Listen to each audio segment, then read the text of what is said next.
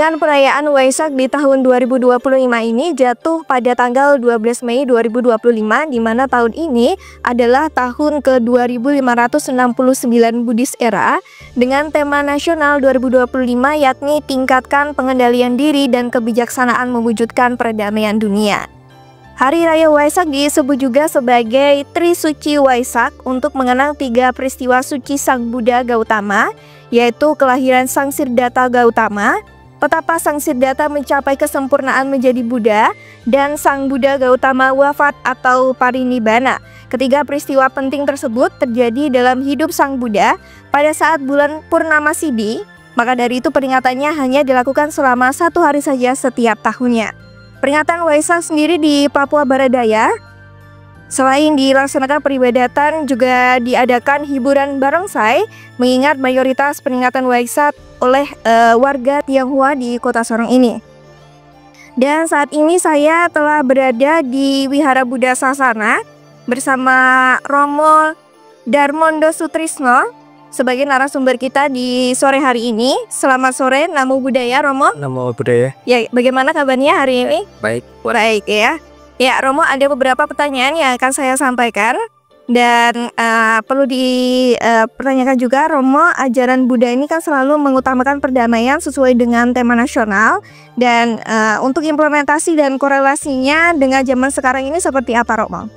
Oke, sesuai dengan tema tahun ini, yaitu intinya adalah perdamaian dunia.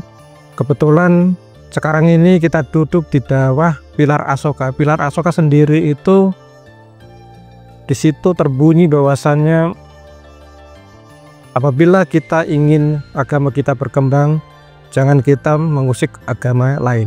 Itu pilar Asoka itu, kalau kita berangkat ke India, itu muncul di dalam pilar Asokanya. Kebetulan saat ini kita berada di bawah replikanya, yang di kanan kiri kita ini dia adalah replika dari pilar Asoka.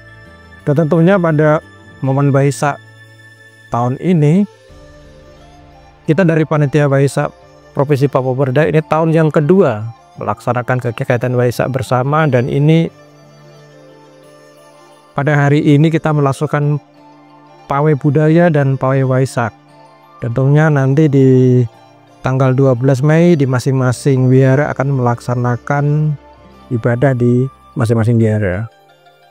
Iya, kita menilik Borobudur ya Pak Romo Darmondo Sutrisno. Sudah beberapa tahun ini tradisi tudong itu dipusatkan di Borobudur. Sebenarnya apa sih Romo tradisi tudong itu? Boleh diceritakan? Tudong sendiri itu sebenarnya adalah dutangga. Dutangga itu salah satu petapa yang dia melakukan spiritual dengan berpindah-pindah tempat. Nah, itu untuk tudong di sekarang ini di tahun kedua untuk Waisak di tahun ini. Kebetulan di tahun ini ada 2 tudong, satu dari Thailand, satu lagi dari Vietnam. Itu nanti, cuman yang selama ini yang kita ketahui adalah itu tudong yang dari Thailand. Cuman sekarang ini ada tambah lagi, dia dari campuran dari Vietnam juga ada. Ya. Kalau untuk di wilayah Papua Barat sendiri seperti apa sih peribadatan bagi umat Buddha sendiri, mungkin bisa diceritakan? Untuk tahun ini untuk peribadatan khususnya di Papua Barat Daya sendiri, kita secara sederhana, tetapi kesederhanaan ini tidak menyurutkan semangat untuk kita melakukan ibadah.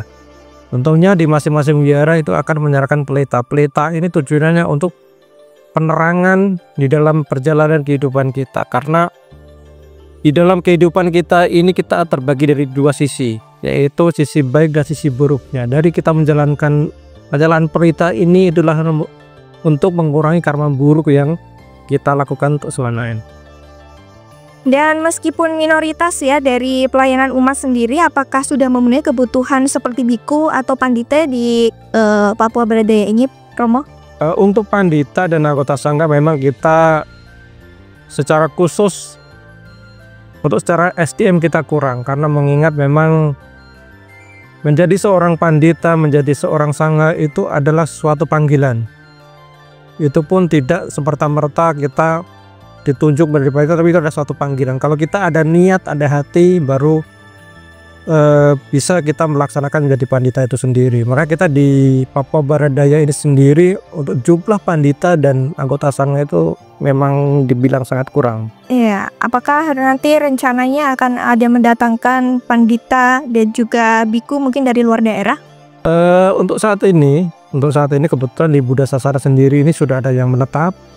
Untuk anggota sanghanya di Wihara Buddha Jayanti sudah ada yang menetap. Kebetulan juga untuk di Papua Barat Daya ini saya dipercaya sebagai Sekretaris Majelis Budaya Indonesia. Jadi kebetulan juga saya sebagai pandita yang dipercayakan untuk membina umat yang ada di Papua Barat Daya. Iya, kita beralih dari kegiatan yang berlangsung hari ini ya. Ada pertunjukan barongsai ya Pak Romo tadi. Barongsai ini kan identik dengan Imlek ya sebenarnya. Kenapa kali ini memilih juga dihadirkan di Waisak tahun 2025 ini, Romo? Inilah yang harus kita klarifikasi bersama. Sebenarnya orang selama ini taunya kan barongsai ini kan identik dengan Imlek. Padahal barongsai ini sebenarnya adalah budaya.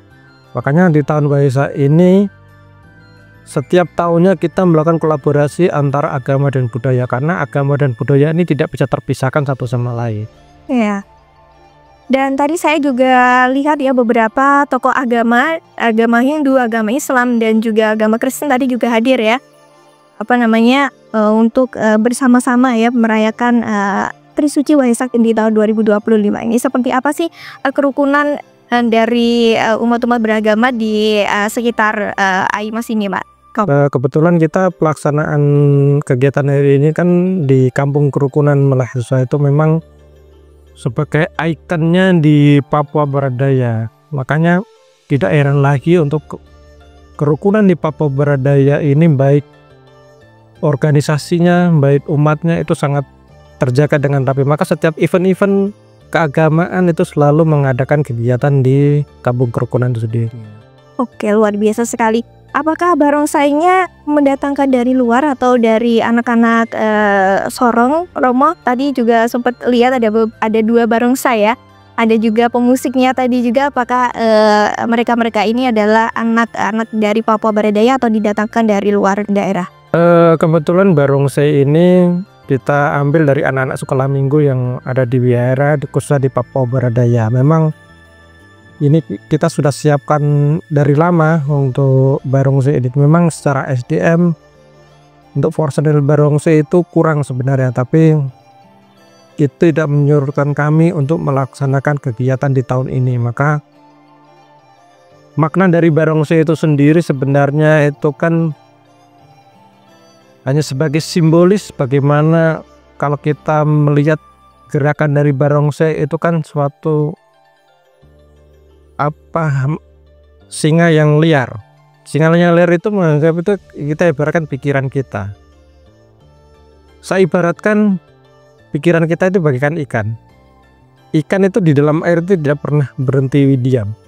Makanya kalau namanya di Leluhur Ki Mahayana itu namanya alat faci mu'i. Kita bagaimana menstabilkan diri kita dengan memukul alat itu sendiri supaya alat itu terdengar merdu. Itu sebenarnya untuk mengajarkan kita bagaimana kita untuk menetralkan pikiran kita dengan di kondisi alam sekitar kita ini. Oke, baik.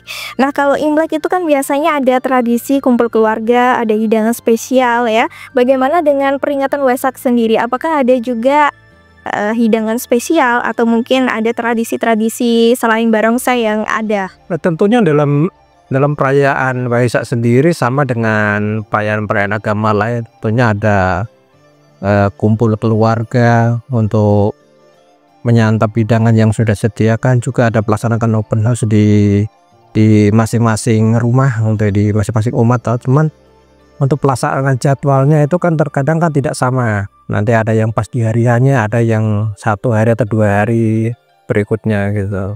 Oh ya, baik. Terakhir Romo, apa harapan dari Waisak tahun ini di tahun 2025 ini? Harapan kami untuk Waisak 2025 ini menjaga kerukunan antar umat beragama, dan juga kami mengharapkan peran dari pemerintah juga agar semoga kedepannya ini Waisak khususnya di Papua Barat Daya menjadi agenda untuk pemerintah Provinsi Papua Barat Daya, bahwa karena Waisak ini adalah satu momen yang dimiliki oleh umat Buddha khususnya di Papua Barat Daya juga ini, sehingga keterlibatan dari pemerintah ini nanti bisa berkooperasi dengan organisasi yang ada di Papua Barat Daya. Oke, baik, terima kasih Romo Darminto Sutrisno ya.